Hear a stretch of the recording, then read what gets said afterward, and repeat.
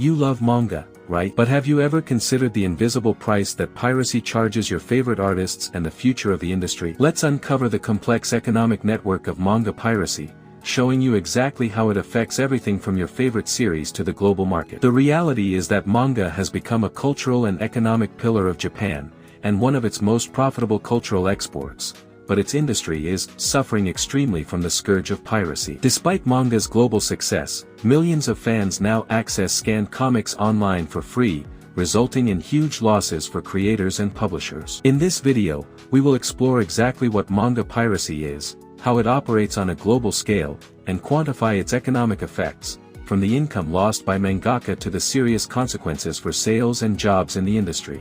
Essentially, manga piracy involves illegally reproducing and distributing Japanese comics, usually without paying royalties to their authors. This often occurs when volunteers, fan subs or scanlation groups, purchase original manga, scan them page by page, translate the text, and upload the images to websites. Weibo describes this phenomenon as scanlation, the act of scanning, translating, and publishing manga on the internet, which strikes at the very heart of manga and threatens its very existence. In practice, it all started as an effort by fans impatient with the limited international supply. Unable to read manga in the original language, many fans learned Japanese, bought the volume, scanned it, and shared it online. With the advent of ebooks and tablets, this process became professionalized. There are now scanlation aggregator sites where thousands of complete episodes are uploaded for free download or reading. The scanners themselves earn income. They place advertisements on their pages and can redeem points for each download. In fact, there are more than 1,000 groups dedicated to this digital, cooking your own food, jisue, which makes illegal distribution a profitable business. In short, manga piracy has transformed material created for sale into a free resource for millions of users, financed by advertisements rather than legitimate sales. Manga piracy is not a phenomenon isolated to Japan.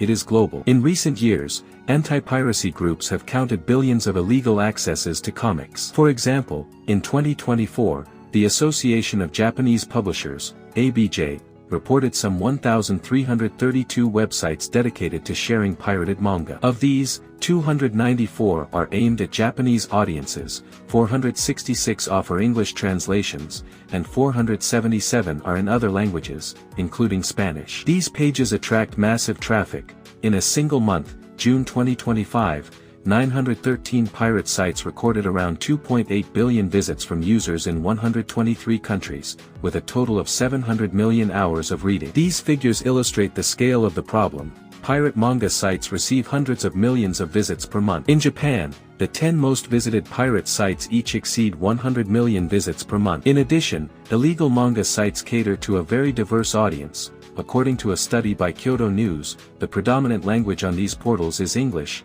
51%, followed by Japanese, 16%, while languages such as Spanish represent a small but significant share. Geographically, the countries with the highest amount of illegal reading time are Indonesia, 12.8%, Japan, 12.4%, and the United States, 11.2%. All of this confirms that manga piracy is a global, multilingual phenomenon, driven by readers in English and Asian-speaking countries as well as a growing number of Spanish-speaking fans. The economic consequences are colossal. A recent ABJ report estimated that manga piracy caused $381.8 billion in losses in 2023. Although this figure is 20% lower than the $506.9 billion lost in 2022, it still represents billions of dollars in potential sales. In fact, the pandemic temporarily triggered a spike in piracy.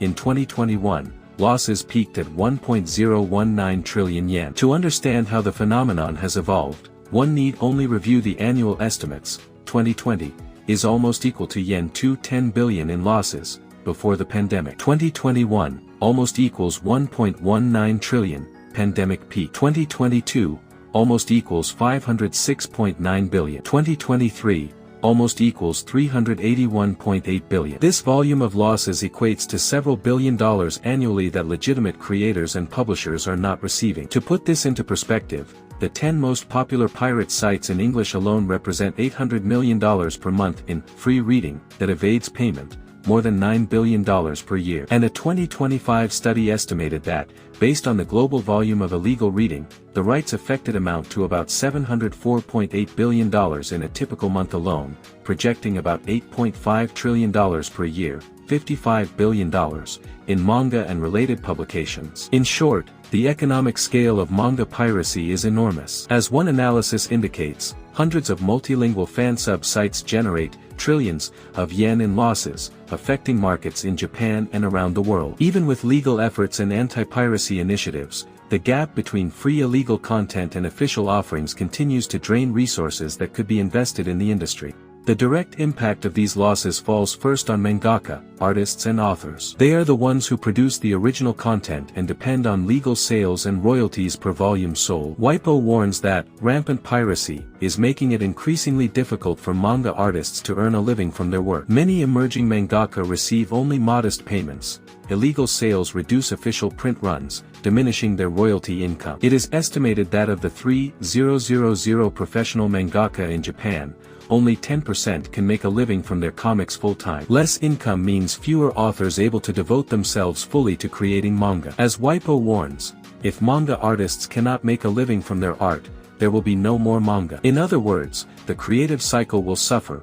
Authors could abandon projects, disappear after endless hours of work, or give up in the face of economic frustration. For the viewer, this translates into fewer new titles, rushed endings, or declining quality, long-term impacts that are difficult to reverse. Publishers are taking another hit. As legal sales decline, the income of companies that publish and distribute manga falls directly. In some cases, this has led to staff cuts and reduced investment. For example, a WIPO report notes that between 2007 and 2009, manga sales in the United States fell by 30%, leading one major publisher to lay off 40% of its staff. Although this case is historical, it illustrates how sudden drops in sales, in this case exacerbated by new scanning practices, can force publishers to cut costs. Lower revenues also affect the development of the industry as a whole. With lower profits, publishers have fewer resources for licensing, marketing, and producing original works. In the worst-case scenario, a successful title in Japan may not be licensed abroad because piracy reduces demand for official editions. In addition, the reduction in tax revenues from these companies affects the local economy.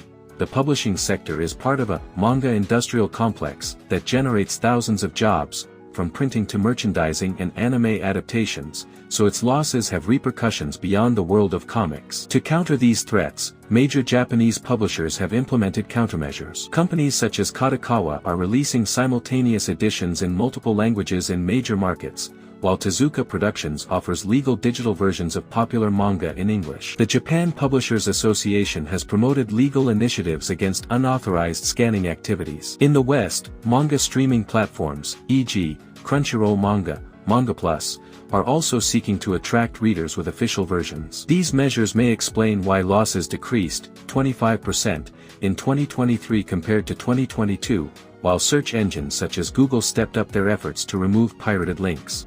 Manga piracy doesn't just hurt Japan, it has global ramifications. Since manga is a key cultural export, losses reduce the amount available to invest in new international titles, events, anime and manga licenses in other languages, etc. They also erode the official translation ecosystem. If Spanish-speaking or English-speaking readers wait for free fan translations, they may delay or forego legal purchases, which in the long run makes foreign publishers more reluctant to invest in licenses. Remember that licensing manga takes months and money. On the other hand, the high demand for manga encouraged piracy in part because the official supply was not growing at the same rate. As WIPO explains, in the past many fans were frustrated by the inability to access the same content as their Japanese peers. That frustration led fans to translate comics that would never be released in their language, initially on a voluntary and enthusiastic basis. However, this fan response has become a serious plague that threatens the very existence of manga as a global industry. Consequently,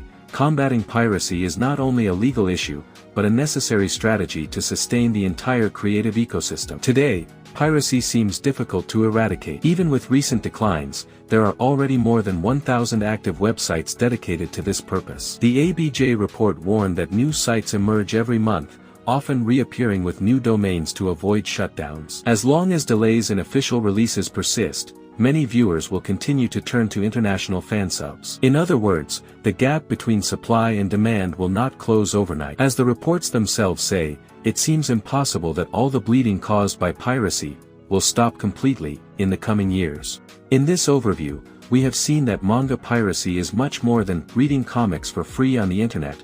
It is a network that causes billions of euros or dollars in losses each year, directly affects artists and publishers, and ultimately can compromise the production of new manga. Recent figures prove it, around 382 billion lost in 2023, with global damage that could reach 8.5 trillion annually according to recent analyses. These amounts translate into fewer resources to fuel the industry, less job security for creators, and higher potential costs in the future. For manga fans, the call is clear. Enjoying manga is compatible with supporting its creators. Accessing legal media, buying books, using official platforms, subscriptions, is the best way to ensure that your favorite authors receive fair compensation and can continue to create stories. By doing so, you help keep the industry healthy and thriving, rather than allowing piracy to undermine its economic base. In short, the economic impact of manga piracy is real and profound, and the solution begins with being a responsible reader who is aware of the value behind each panel.